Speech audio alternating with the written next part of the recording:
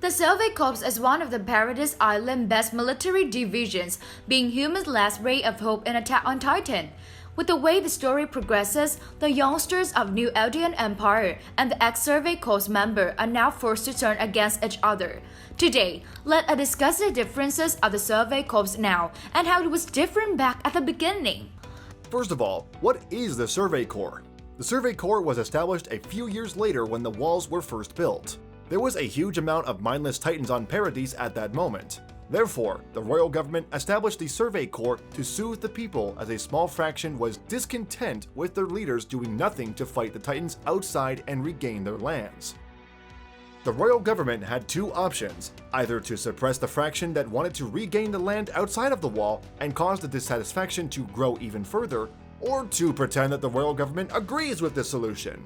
That resulted in the Survey Corps being established to appease the general public and prove that the king also wanted to take back the land. On the other hand, the government concealed all the scientific improvements that could help the Survey Corps fight against the Titan more efficiently and use them for their own alternative purposes. Using this method, those people who wanted to fight the Titans could just go and die outside and the government didn't even need to lay a finger on them. In the long run, the people would think that taking the world back from the Titans was completely hopeless. Then, eventually, reluctant to let the king waste their tax on useless operations that always failed and ended with a high death toll. Before Rainer, Bertolt, and Annie destroyed Wall Maria, no one even had a clue about the existence of other humans outside the wall. People thought that remaining outside and having not been eaten by the Titans was something unimaginable, and they are the only survivors of humanity, sheltered by the walls. In other words, people in the wall had been living peacefully for over 100 years, protected from the Titans outside. It also means that they had never been forced to become a part of the Survey Corps, then set off to discover the world outside the walls, being ended up in the Titan's mouth. A good majority of the people don't approve of the Survey Corps member wasting their life for nothing. Some even discriminate and make fun of the Corps member. Despite that, there were still people willing to join the Survey Corps to join the expedition into the dangerous outside the land. Why would they do that? At time of peace in the beginning of the series, there were only two types of people who would voluntarily join the Survey Corps, despite being a huge joke.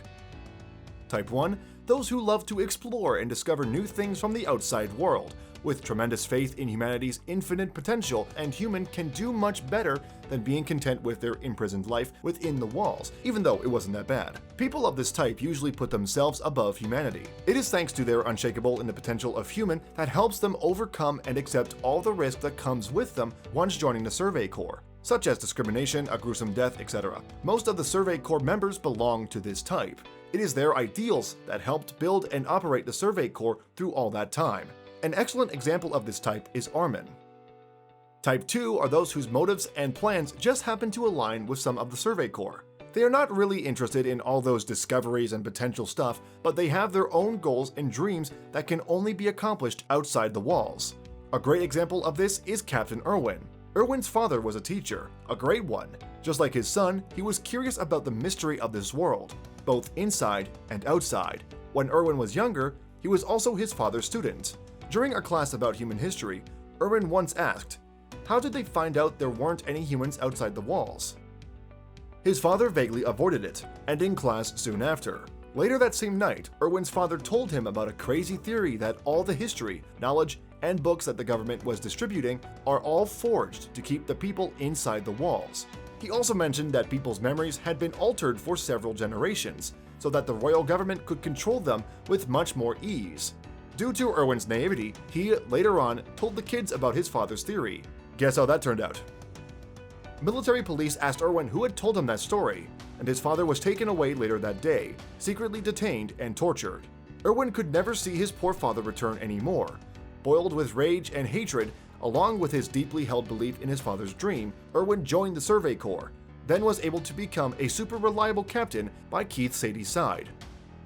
It's obvious that all who signed up for the Survey Corps before it was even loved and respected were nothing but weirdos that think differently. They all received discrimination and boycott from society, as people think they were giving up their taxes for a bunch of good-for-nothings. That's why all the Survey Corps soldiers even had their own comradeship between weirdos who chose to go down this road. They also need no spiritual or psychological support to help them ease their own fear of death. This was pointed out during Irwin's last speech to the rookies in Chapter 80. Cast out by society, the Survey Corps members all greatly valued and treat each other as family. This explains why they were all obsessed with the idea, gives meanings to those soldiers' lives, quoted from Irwin's words in Chapter 80. They all managed to accomplish that by committing to the Survey Corps' cause that brought them all together. Even when that cause goes against their own dreams, they would still choose to sacrifice it to fight for that noble cause until the end. In Irwin's case, he gave up his goal of reaching Eren's basement for Levi to kill the Beast Titan. Perhaps it was that obsession that kept the Survey Corps from disbanding after all those years, with nothing but loss and discrimination. All the veterans who managed to last all eventually got used to them, got much tougher, both physically and psychologically, then become some of the most fearsome soldiers Paradis ever witnessed.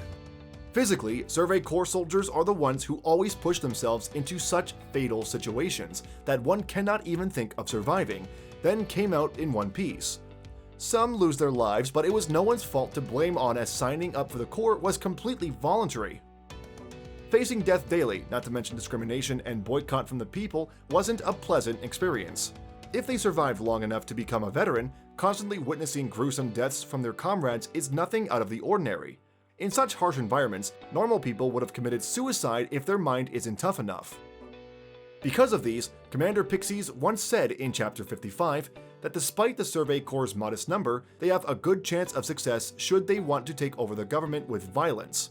The Paradis government anticipated this outcome, so they secretly established the Anti-Personnel Control Squad, equipped with anti-personnel omnidirectional mobility gear, using firearms instead of blades, designed specifically for their squad, to oppose the Survey Corps.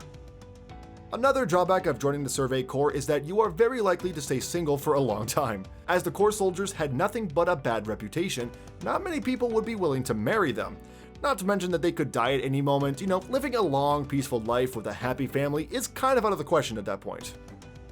Although they're always short on people, the Survey Corps still abide by their strict conditions upon recruiting newbies.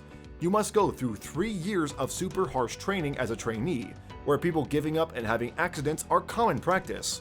Such amount of work just to join an organization that voluntarily goes outside and become the Titan's food. It's understandable that people consider the Survey Corps soldiers as lunatics and out of their mind. Oh, look at the time. That was our analysis on the old Survey Corps for today's video. Stay tuned for our next episode on this topic. Thanks for watching this video of We Know Anime. We will see you next time.